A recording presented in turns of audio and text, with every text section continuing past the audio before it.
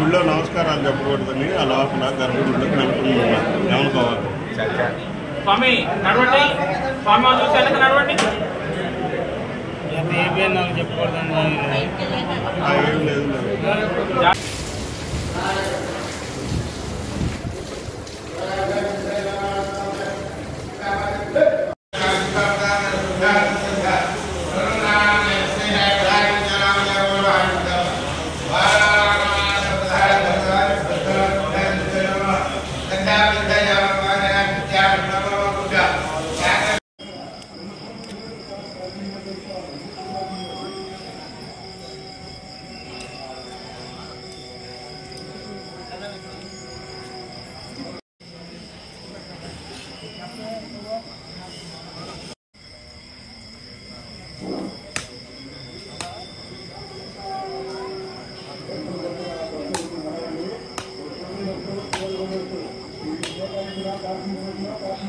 ओम नमः शिवाय।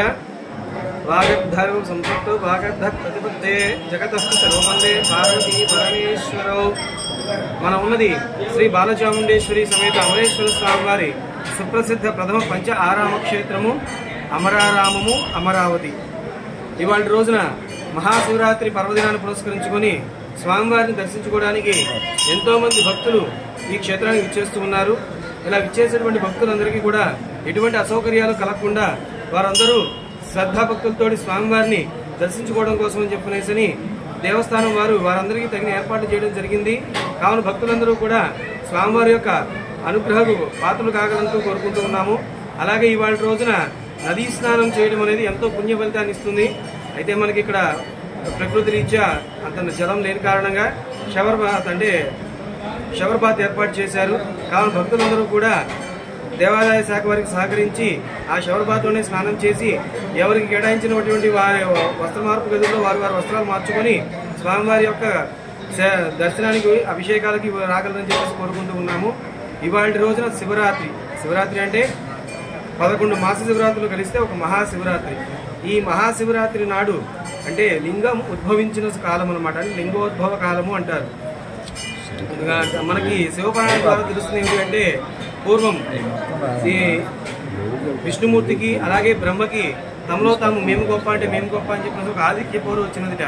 అటువంటి సమయంలో వారి ఇరువురికి జ్ఞానం కలిగించడం కోసం అని చెప్పనేసి ఈశ్వరుడు లింగ రూపంలో ఆవిర్భవించాడని ఆ లింగాన్నే ఇప్పుడు మనం ఆ సమయాన్ని లింగోద్భవ కాల సమయంగా చెప్తామన్నమాట. అటువంటి లింగోద్భవ కాలము ఇవాళ రోజున రాత్రికి 12 గంటల సమయంలో వస్తుంది. కావున ఈరోజు సాయంత్రం రాత్రి 9 గంటల నుంచి లింగోద్భవ కాలం పూర్తయ్యేంత వరకు కూడా ఇక్కడ స్వామివారికి లింగోద్భవ కాల అభిషేకాలు జరుగుతాయి. కావున భక్తులందరూ కూడా ఈ లింగోద్భవ కాల అభిషేకాన్ని తిలకించి స్వామివారి యొక్క కృపకు పాత్రలు కావాలని కోరుతున్నాము. అదేవిధంగా ఇవాటి రోజున ఈ మహాశివరాత్రి పర్వదినాన్ని పురస్కరించుకొని స్వామివారికి పాంచాహనిక దీక్షాపూర్వకంగా కళ్యాణ మహోత్సవం జరుగుతుంది. ఇవాళ అర్ధరాత్రి 1 గంటకి స్వామివారికి ఎదుర్కోల సేవ తదుపరి కళ్యాణ మహోత్సవం ఉంటుంది. ఈ కళ్యాణ మహోత్సవంలో పాల్గొన్నట్లయితే భక్తులకు సంబంధించినటువంటి ఈతి బాధలు కానివ్వండి, కళ్యాణానికి సంబంధించినటువంటి ఇబ్బందులు కానివ్వండి, సంతానానికి సంబంధించిన ఇబ్బందులు కానివ్వండి అన్నీ తొలగిపోయి వివాహం కాని వారి వివాహం చేసుకోగలగలిగి అలాగే సంతానం పొందగలరని చెప్పినది చెప్తూ ఉన్నాము. కావున భక్తులందరూ కూడా తమ ఈ అవకాశాన్ని వినియోగించుకొని స్వామివారి కృపకు పాత్రలు కావాల్సిందిగా కోరుతున్నాము. ఇవాటి రోజున అంటే శివరాత్రి రోజున భక్తులందరూ జాగారం చేయాలట. జాగారం చేస్తూ శివనామ స్మరణ చేయాలి, ఉపవాసం చేయాలి. ఉపవాసము అంటే కేవలం బుద్ధి మానేసి కూర్చోవడం అంటే తిని మానేయడం కాదండి. స్వామివారి మీద మనసుని లగ్నం చేస్తూ శివనామ స్మరణ చేస్తూ ఉండాలి. ఇవాళ ప్రాతకాలం నుంచి రాత్రి వరకు లింగోద్భవ కాలం అయ్యి జాగారం మొత్తం చేస్తూ స్వామివారి కళ్యాణం పూర్తయ్యేంత వరకు కూడా ప్రతి భక్తుడు స్వామివారి నామస్మరణ ఓం నమ శివాయ అంటూ శివనామ స్మరణ చేస్తూ స్వామివారి మనసులో తలుచుకుంటూ సాధ్యమైనంత వరకు దగ్గరలో ఉన్న దేవాలయాన్ని సందర్శిస్తూ ఆ ఈశ్వరుని కృపకు పాత్రలు కావాల్సిందిగా కోరుతున్నాము. ప్రతి ఒక్కరూ కూడా శివనామ స్మరణ అనేది చేయాలి. ఇవాళ సాయంత్రం వరకు జాగరణ చేయాలి. అందుకు ఇవాళ ఉపవాసం ఉండాలి. ఈ క్షేత్రానికి వచ్చే భక్తులందరూ కూడా స్వామివారికి జాగరణ చేస్తూ ఉపవాసం చేయడం కోసం చెప్పనేసని వారికి కావాల్సిన ఏర్పాట్లన్నీ కూడా దేవాదాయ శాఖ వారు చేయడం జరిగింది. కావున దేవాదాయ శాఖ వారి ఆధ్వర్యంలో జరుగుతున్నటువంటి ఈ ఏర్పాట్లన్నింటినీ కూడా భక్తులు సద్వినియోగం చేసుకొని స్వామివారి యొక్క అనుగ్రహ పాత్రలు కావాల్సిందిగా కోరుతూ ఉన్నాము. ఓం నమః శివాయ. రాష్ట్ర ప్రజలందరికీ సుఖ సౌకర్యాలు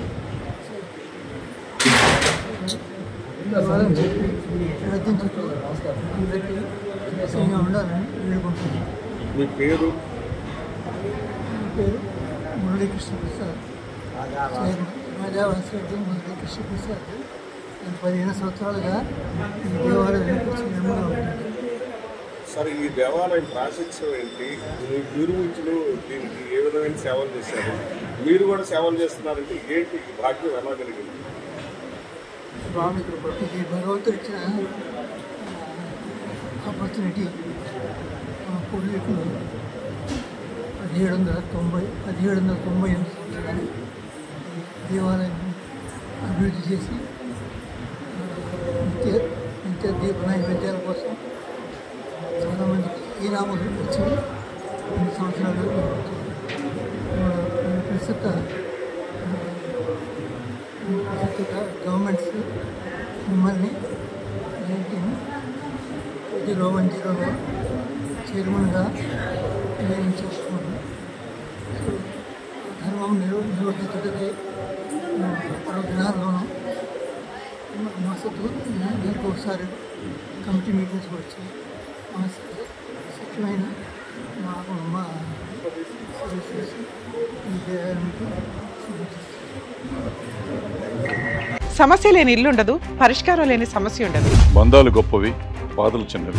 మీ సమస్యని మేము పరిష్కరిస్తాం. రండి, మాట్లాడుకుందాం.